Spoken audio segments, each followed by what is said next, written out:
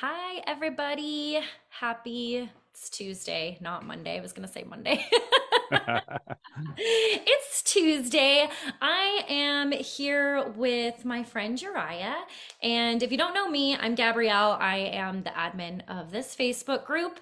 And Uriah made a post a couple of weeks ago, or actually was a comment on a post that I made about a therapist collective collaborative. And there was a lot of conversation around it. And I even got a couple emails about it. So I asked Uriah if he would come and talk more about this with us. If you don't know him, he is a group practice owner in California and focuses on families and kids, right? Teenagers and families, right? That's what I thought. Close. And he also owns the Productive Therapist, which is a VA company, and he has accountability programs and all kinds of really good stuff to help us be better and streamline our practices. And we are both speaking at the Doubt Yourself, Do It Anyway online summit this week and next week as Yes. well. Happening right now as we speak. Exactly. So if you haven't signed up for that, you should. Um, Definitely. there's a lot of really good stuff. I was watching it earlier. So I'll put the link for that down there too, because you still can sign up for the all access pass. But what we need to talk about today, Uriah, I just want to know how did you come up with this? What was kind of your thought process around this? Tell us how this started to form and why you were thinking about it. Yeah. So I've been thinking about this for quite a while because I've sort of been trying to solve the problem of what to do with my group practice. And I'm just going to be really honest with everybody today and share my experience. I'm not a subject matter expert when it comes to collectives, but it's something I've been researching and thinking about for a while. And I've owned my group practice for 8 years. Almost 3 years ago, I stopped seeing clients. So I need to add that to my bio, retired therapist. Yes. um, and I love my group practice in so many ways. And I'm guessing that you could probably relate to some of this with your group practice journey. But I've off and on kind of lost my passion and motivation for growing and running a group practice. So that's been kind of a struggle. And if you were to talk to my mastermind group, they would say, they would tell you that I've been thinking about this for years. And like, I'll get on a call with my mastermind group and say, I'm shutting it down, or like I'm selling it, or I'm doing something, trying to figure out what to do. And for a couple of different reasons, and we could talk about those, the downsides for me of having a group practice if you want, because I guess that kind of lays the foundation for like why somebody might want to do something else like a collective, right? And Yeah. I would love to hear what your reasonings were for like considering selling your group practice. Yeah. I mean, I had similar thoughts, obviously. And if people are watching this and you don't know, I did sell my group practice in 2021. And I have talked about this a lot. And my journey was just really a lot of burnout. And the burnout came from not having good leadership and better processes in place. And I felt very run down and burnt out around it. And so I did a lot of work with, she's my friend, but she's also my business coach. And she's in a different industry, actually, which I found very helpful to me because I Ah, wanted to take an outsider's perspective. And we tried a couple of different things. We ran some numbers for selling. And at that time, I was like, I don't think that's enough money. And then we also talked about things that I could start putting in place to help manage some of my stress points. But there were a lot of things that were out of my control, which continue to be problems in this space, like Sondermind taking all of my mm-hmm. therapists and Right. not being able to hire.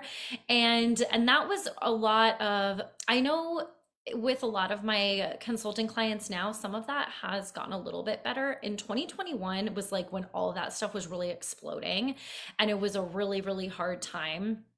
And I mean, I struggled with this too, but looking back, I can see that I was having these feelings of I don't think this is the path for me anymore. This is not what I meant to do. And it served its purpose. And I've learned a lot, but I think it's time for me to move on to the next thing. And that is a very dumbed down version of that because Mm-hmm. it's more like an existential crisis that I Cliff was notes. having. Yeah, right. No, that's important though, because like when you get that sense of like what I'm doing now is not my highest contribution or what I'm supposed to do here in this one precious life I have. Yeah, Exactly. I can definitely relate to quite a bit of that. And yeah, burnout, and just like it's not as fun as it used to be, right? So the challenges with hiring and retaining great therapists, and then at one point, years ago, I felt like the group practice was one of the best ways that I could help other therapists do good work and be taken care of and supported. And I thought, I think it's still a great model. If I was going to write a clickbait article, I would write, group practice is a dying business model. That's what I would write. But I don't totally believe that. So just to be clear, but yeah, challenges with hiring and then everything related to building a team in a service-based business. Both of my businesses are team-based and service-focused. So all the HR things that come along with that, disciplining employees and dealing with, firing people and all the stuff that is the least fun of all of this, right? Nobody really wants to do those things. No. And then, yeah, the competition that comes from people leaving to start a solo practice, which I totally understand, can't stop that, telehealth companies, et cetera, et cetera. And then for me, also just having a lot more fun building productive therapists and helping other practices and group practices in this different way that felt like I could use more of my creativity, more of my business skills. And I kind of felt like, like I'm not sure if I should go with a parenting metaphor or a marital infidelity metaphor here, but like kind of cheating on, cheating on somebody, spending more of my time with my other business and thinking like, I don't know if that feels great. So all of that said, I've been thinking, what should I do? Should I sell it? Should I continue to own it, but not operate it and put in leadership that can completely run it with just me being a consultant? Definitely considered that. Mm-hmm. Obviously considered shutting it down, but I was like, I don't want to do that. Like, I want what I've built to continue to exist because I still feel passionate about the mission of helping as many families find healing and hope and all of that. So it's like, I just felt stuck for a long time. And Yeah. most recently feeling stuck Mm-hmm. about this. Yeah. Well, that makes sense. And I can hear too where you were saying it like kind of like ebbed and flowed. And like 1 minute you're like, I'm selling it. And the next you're like, never mind. And like that's also really common. I just want people to know if they're watching this. Like, That's I called hear, being an entrepreneur. yeah, Like on a Tuesday, you want to quit. On a Friday, you're stoked. exactly. It's like It's, you're, up and you're down. like, I'm so broke. I don't know where the next client is coming from. And then you have like 6 sales the next day. And you're like, never mind. Right. This is exciting. I love it. And honestly, those are the reasons why not everybody can be a small business owner Yeah. or an entrepreneur, because it's like, it's pretty intense. It's an emotional roller coaster at times. But it helps to clarify your core values and to figure out what your best strengths are and what you bring to the table and how you can deliver that in different ways. So Yes. I love, helping families. I love the idea or the mission of trying to help people find the best therapists. And that was fun, growing the group practice to do that, to try to build the best, create the best offering for our local families to bring their teenagers and kind of sort out the challenges that they're going through during those years. I also have discovered over the years that I love helping therapists be happy and successful. And Yeah. so that, I don't know, that just excites me because I believe in mental health, and I don't want to be a therapist anymore, but I want to help therapists continue to make change and impact the world. So I realized maybe there's other ways to do that. Like maybe owning a group practice and scaling it is not the only way to make that difference. So Yeah. that's kind of where I've come from. Yeah. I love that because it's all true. And I love when there's like little synchronicities from the universe because I literally just got off a discovery call with a group practice owner and she, was like venting, which is what this is about. And, she was saying like, I feel like I'm a hot mess. And I was like, actually, I love this. Like, I don't want to do therapy anymore, but I love helping other professionals and other therapists thrive and be successful. Like, that is exciting to me. And so that just ties into everything that you're saying and going back to values. And we do that work. And I talk about that in this group a lot too. Like, group practice isn't for everybody. And being a small business owner isn't for everybody either because it is full of ups and downs, but there's many ways to go from A to B. I was going to say there's like different ways to skin a cat, but I really hate that phrase. So that's what I'm trying to Not the say. most positive. Yeah. Yeah. I have a question for you. So Yeah, if you don't mind, yeah. what's it like for you? Because I know now you're doing quite a few different amazing things. I'm continually impressed by you. But how does it feel for you now, not having a team of therapists that are dependent on you and your business? I'm guessing you have some sort of small team, or maybe it's mostly AI, but like now you're doing a lot of cool things, but you don't have a traditional sort of team for a service-based business, group practice, et cetera. What's that Yeah, like? that is a great question. It's very freeing to me. And I have said over the past 2 years, like, I will never hire anybody again. And I don't know if that's true or not because as I Mm, keep growing, I'm like, I do need help, but I don't know that I want to build this like a group type of a thing. If I hired again, it would be like I joke with my husband, he's going to be my COO sometime. But I have, I do have help. I have people that I contract with that help me with things with like marketing, and I have virtual assistants. And so I do have people that help me, but I'm not like solely responsible for them.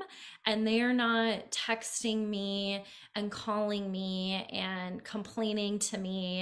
And right. and so that makes a really big difference, even for my own mental health, because that was something that I learned along the way is I don't like to manage people, and I'm honestly not very good Yeah. at it. So Okay. I struggle with that. I've gotten way better. I definitely had lots of people pleasing tendencies in the past and issues with boundaries, and I've worked through a lot of that. Mm-hmm. But having a huge team depend on me, I mean, it's draining. And even when you have an amazing profit margin and you have things delegated and you have leadership, like there's things you can't delegate. And those are the things that would usually drain me that I didn't want to do, that I had to do. And it always, for me, I was like, I just can't be responsible for this anymore. This is what like keeps me up at night. And again, it just like it wasn't a good fit for me and my personality. Doing coaching and consulting and creating and making courses, Mm-hmm. like all of that stuff aligns with me better.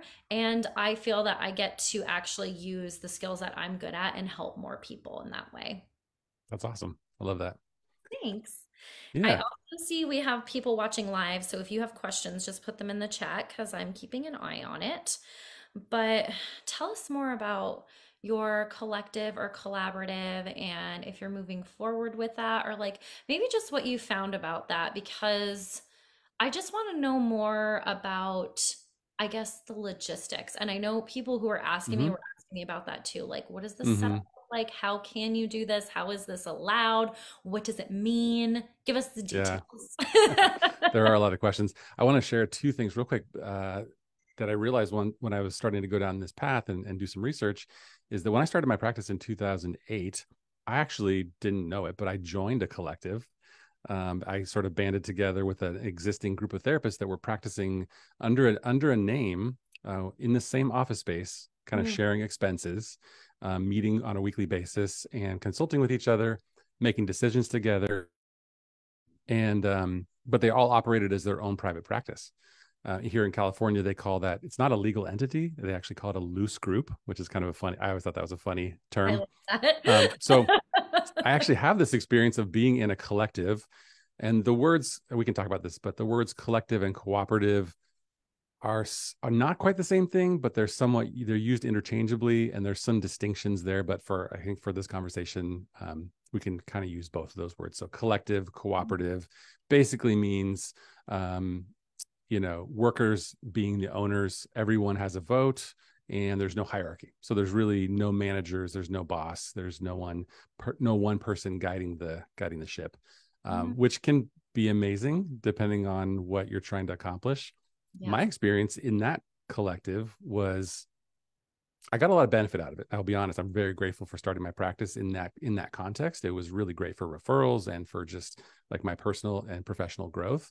But it was a little the not fun part was there was no structure or leadership or guidance, or yeah, there was none of that. So I ended up launching off, kind of like leaving the collective and starting my own practice, and then starting the group practice.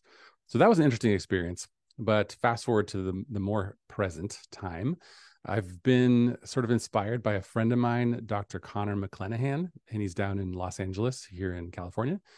For the last couple of years, he's run his practice. He calls it a co-practice. Mm-hmm. And if you want to check it out, he's an awesome guy. Here Counseling, HERE counseling.com. Mm-hmm. And he's run his practice as a co-practice. And I just would consistently talk to him. I would be thinking about this idea. I would call him up and say, how does that work? And what are you doing? And how are you doing that? It just sounded so interesting. And so what he does is he has pre-licensed therapists under supervision that are W-2 employees. And that's how we have to do it here in California. Yeah. And then once those pre-licensed therapists get licensed, they have the opportunity to sort of transition from W-2 employee to a member of this co-practice.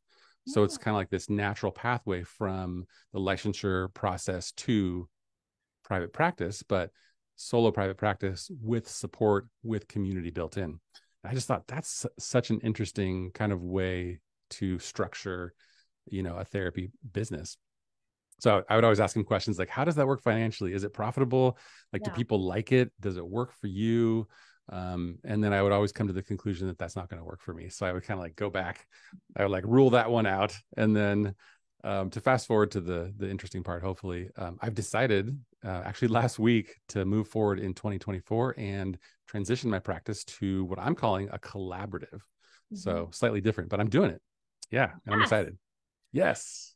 That is really exciting. Yeah, That it is is. awesome.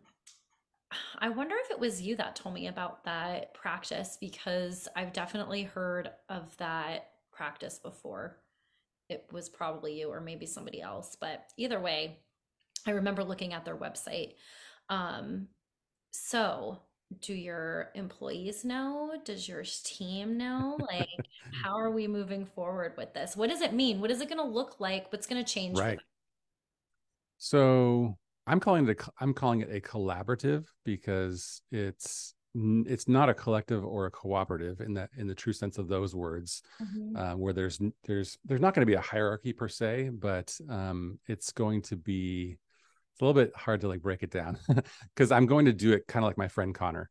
Yeah. Because I want to create this amazing opportunity for pre-licensed therapists to get great supervision, great experience, and then be supported to start their own solo practice. Hmm. So that's how I'm doing it. And excuse me. So I have told almost everybody, and hopefully they're not watching this, but the ones that I haven't told, but I have an executive director, and she is also my clinical supervisor. She's really excited about the change. And then I kind of low key pitched this to one of my longer term therapists that I've known for like 15 years, who was Yeah. actually in that collective with me back in the day. Funny enough, Oh, that's and she's cool. been with me in this group practice for about 6 years. And so I've been sort of like pitching it to like people in the group practice and saying, "Hey, what do you think about this? Would this work for you? Would you like this?" Just getting great responses like, "That would be amazing. I think that sounds great. I love the idea." So that kind of gave me the confidence that this would be a good move to make. Yeah. Um, so I'm working on the timeline, but it's most likely going to sort of go live like April 1st next year. Wow. Yeah, Okay. So you're going to be really busy in Q1 and right now. that's the thing. It's not going to take that much from That, me, which is yeah, good. And good. and hopefully the opposite actually is that I'll actually feel a little bit more free and a little bit less um responsible. Yeah. Yeah. Yeah. And are all of them fully licensed? Yeah. So the way it's going to break down is pre-licensed therapists will be a part of technically I'm still going to have a group practice, right? So the Yeah. pre-licensed therapists will be part of the W-2 or the W-2 focus group practice. And Okay. then licensed therapists will be a part of the Intune collaborative. So my Yeah. practice is called Intune Family Counseling, and I'm going to call this the Intune Collaborative. Hmm. Um, so that's going to be pretty straightforward, to be honest. It's just going to be a slight change. Most of the work will be on their side because they're going to be sort of launching their own solo private practice, Yeah. and then I'm going to guide them and consult with them on that. So I have a whole list of like benefits that I'm including with this. And for me, it's like it's a little bit more of a home run idea because I have a virtual assistant business that Yeah. can continue to provide some services and provide some support. So it's not just turning my practice into a co-working space. Yeah. And some people have done that, and I think that's a great idea too. Like if you own a building or if you want to lease a building and make it like the best place for therapists to have their private practice, but then you're just a landlord, and it's not as much of a fun relationship. So in this sense, those folks are going to be purchasing business services from my company versus being an independent contractor Mhm. or a W-2. And then I just have to like put together a package of things that are compelling. And I have done so, including some consultation with me on that whole process, virtual intake coordinator, a bunch of fun things. Mhm. So that's kind of that's the structure of it. Yeah. That is awesome. We have a question here from Kelly. Can you describe more what makes this collaborative practice? Yeah, I mean the word collaborative just means more than one person working together. Hmm. So it's, I mean, a big focus on community. And I learned this years ago that people that want to be a part of a group practice generally want three things. They want to make money, obviously. They want to have community because they don't want to do it alone. Most of us don't, even if we're introverted. So they Yes. want money, they want community, and they want professional development opportunities. And there's a little bit more to it, but if you can get those three things, you're generally going to be a pretty happy therapist, right? Hmm. So this is maintaining the community and the professional development opportunities and even expanding on them, and then just giving them the opportunity to make more money. Yeah. And the collaborative aspect is that we're going to be seeing clients in the same space, and we'll be able to consult with each other live and online. And it's less of a hierarchy of Uriah owns the business, Uriah makes the money, the Hmm. profit, whatever, right? And then tells Yes. everybody what to do. So Yes. it's a complete change in that sense, to where those folks are genuinely going to be more peers than, they're not going to be employees at all. Hmm. So that's kind of how I see it. And the thing that I'm really excited about is opening up the collaborative to other local therapists and letting them join for a much lesser cost. They don't need office space. They Hmm. don't need a virtual intake coordinator, et cetera. They just want to be a part of the consultation group, local events, and different things to kind of just give them that sense of community. So I'm excited about that. And that'll bring in some money too. Yeah. Cool. And will they still get, like, I know some of the benefits are like, your virtual assistant and the intake coordinator, and they get consultation with you. Do they get clients and referrals? Do you, and I can't remember if you take insurance or not. How does We that take work? one state insurance, but we're mostly private pay. Right. Okay. Yeah, so they'll get all those things, and they will get the benefit of our marketing and networking efforts. So we're going to continue to do almost all the things that we've been doing as a group practice, Mhm. all the local community networking and the digital marketing and other kinds of marketing. So they'll definitely get referrals kind of flowing through the collaborative. We're Mhm. going to have to prioritize the pre-licensed therapists, make sure that they're busy and full first, but then we're going to just, as we do now, kind of this, it's going to be the same way we do it now, just different structure of the business. So they'll still get the benefit of referrals, definitely. Yeah. Okay, cool. And Leslie wants to know if the therapists in the collaborative are W-2 employees, which I think you mentioned that. Nope. They're going to be Okay. sole proprietors. Yeah. Yeah. Right. And the upside for them, well, the current people that I have, it's pretty much mostly all upside for the most part. I mean, there's some, it introduces some, what's the word? They're going to be somewhat responsible for their business. Well, they'll be 100% responsible for their business, but Yeah. somewhat responsible for any downturns that happen in client referrals. So there's some, I can't think of the word I'm trying to think of, but in I'm not going to be taking care of them in that sense as Hmm. much as before. They're going to be responsible for some of that. And then they're obviously they won't get benefits and they won't get insurance and retirement and all those kinds of things, but they'll be making quite a bit more money. So they'll have the ability to purchase insurance and fund their own retirement accounts. So it's a win for them. The downside for me, sorry about that. The downside for me, it's a less profitable model. So like if you're only, well, none of us are only trying to grow a group practice to make money. That would be insane. There are much better businesses to be in if you want to just make money. But the downside for me is that I'm definitely going to make less money from this business. Yeah.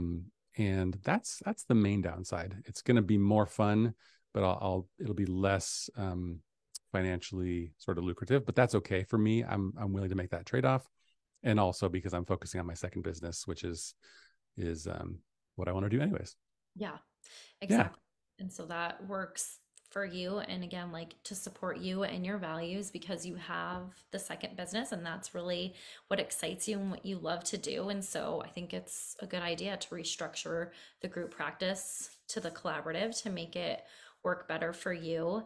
And how has the response been from your employees or your people that you've been telling them, your therapists? How are they feeling about it? Are they excited to make more money but not have those W-2 benefits? Because I feel like I hear both sides. I hear therapists complain, I don't make enough money. I want to make more money from a group practice. And then I also hear therapists who work in a group practice say like the opposite, like I need insurance, I want a 401k, I want paid time off. I'm okay with making a little bit less. So it's like there's always a Right. catch 22 because you can never win, but I'm interested to hear how your people responded to that.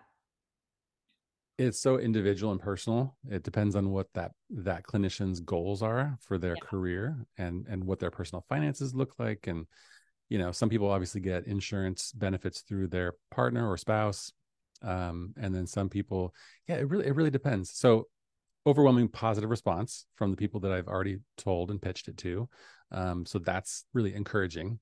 There are lots of people out there that are just better off working for an agency or working for a group practice because they don't want any of the stress of entrepreneurship or small business ownership. Yeah. And that's important to make sure you're aware of if you are that kind of person or not. However, I think this is kind of a beautiful middle ground because I've tried to attract people that are not super entrepreneurial. I Yeah. think we all do that if we're smart, right? And maybe we've Yes. made mistakes on that in the past. So we want people who like the everything that we have to offer, and would likely stay forever. But nobody stays forever. Um, and I don't know, post pandemic too. I think all of us want to somehow, as much as possible, work less and make more money. So Yeah. so when that becomes possible, for any of us, I think that's something worth looking at. But yeah, to answer your question, really positive responses from everyone. I don't think anyone will leave. They certainly can. Mhm. One question I got is like, if somebody doesn't want to join the collaborative, but they're a licensed therapist, would you let them stay as a W-2 employee? Mm, Yes, I think so. I think so. But that's not the direction I'm going. So, yeah, yeah. that makes sense. Kelly also wants to know about your second business. So tell us about the productive therapist and what that is and what you do there and how you created that because it's very good for everybody in this group, especially to know about that and what it does. Yeah, for sure. Productive Therapist is a virtual assistant agency that is specifically works with mental health group practices. Almost all of our members are group practices, and we provide virtual assistants in your time zone for an affordable cost that will handle. Our primary service is handling intake coordination, so everything related to handling all your incoming referrals, matching those with the best therapists, kind of taking that off the plate of the owner so that they can focus on growing the practice and doing the things that they need to do. And then, of course, we handle a lot of back office tasks from payroll to everything related to billing. We don't do full service insurance billing. I just want to put that caveat in there. If you Mhm. need that, there's a lot of companies we can recommend to you. But we do handle a lot of the admin that comes day to day inside of group practice. So we've got an amazing team of about 21 virtual assistants across the U.S. that Wow. we've trained specifically to work with group practices. And then we have courses, and we've got also have training programs for the intake coordinators inside of group practices. A lot of people want to hire their own person, and we will train that person for you, which is pretty cool. Ooh, I love that too.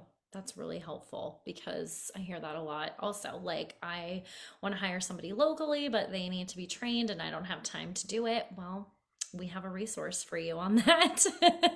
Do you want to hear something cool that we're working on right now? Yes.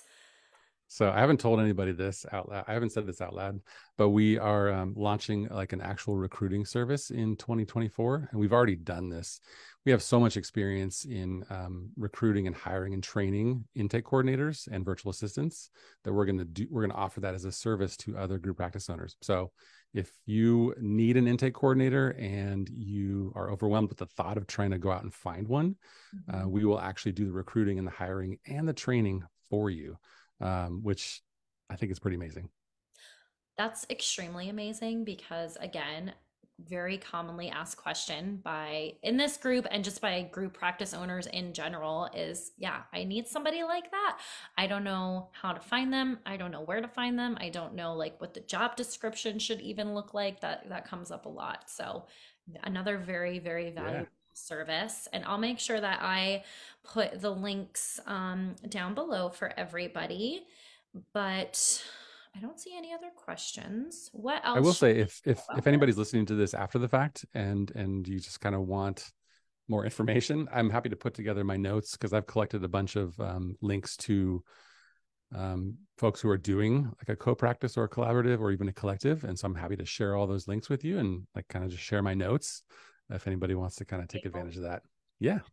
They Wait, can email me at Uriah at productivetherapist.com. okay, I'm gonna put it in the chat. Uriah at productivetherapist.com. And that's also, it's just productive therapist, not the productive therapist, right? We used to have a the and we took it off years Okay. ago. Yeah. Just like Facebook. Facebook used to be the Facebook. I know. That was a different time. It was. All right. I put all of those links below if you want to reach out to Uriah and get that really valuable info, or if you need help with VAs for your group practice, it is all there. Anything else that we missed, Uriah, that will be helpful for folks to know as we wrap up here? The only thing I can think of is I just want to encourage people listening to kind of take an inventory of what brings you joy and how you're spending your time and your energy, because it's super important that we put those things towards, like we said before, our highest contribution, what we can be doing. And you should, like, work is work and business is hard, and Hmm. 2023 has been challenging, but you should be getting some enjoyment out of what you're doing. And our motto at Productive Therapists is we help therapists get more done so they can have more fun. So part of the point of all this is so you can enjoy your life, do the Yeah. things that you really enjoy doing, and hopefully, end up on a beach or in a cool city somewhere, traveling, or whatever it is that gets you fired up. I again appreciate that. And I also, and I probably because we've been through similar kind of journeys through all of this, I talk about that all the time too. And sometimes people will be like, that's just fluff. And I'm like, it's not. It's your life. And if you aren't thinking about your values, and if you're not thinking about what does bring you joy or thinking about your perfect schedule, then you're going to get burnt out and you're going to be miserable. And there's no reason to do that. Like, especially how, in this group too, how people are working. Everybody here, I think, for the most part, is a group practice owner or in solo practice. And if you work for Mm-hmm. yourself, you get to create whatever you want that it Yes. is. So don't forget that. Have a conversation with your boss and ask for some more time off and a Yes. raise because you Mhm. probably need it. Yes. Put it in writing, send an email to Exactly. yourself. Yes, right, right. Yeah. Thanks for doing this. This is fun. Yeah, thank you for being here and for sharing everything. And if folks are watching this later, make sure you put hashtag replay so we get notified and we can come back and answer any of your questions. I put the links in the chat below to all of Uriah's offerings, and he's also in the group, so you can tag him or message him. And if you haven't watched past videos that I've done, you can go to the media tabs in this group, and I have interviewed and done mini trainings on tons and tons and tons of stuff. So lots of resources to help you scale in whatever way you want to. Thanks, Uriah. Have a good All right. day. You too. See ya. Bye.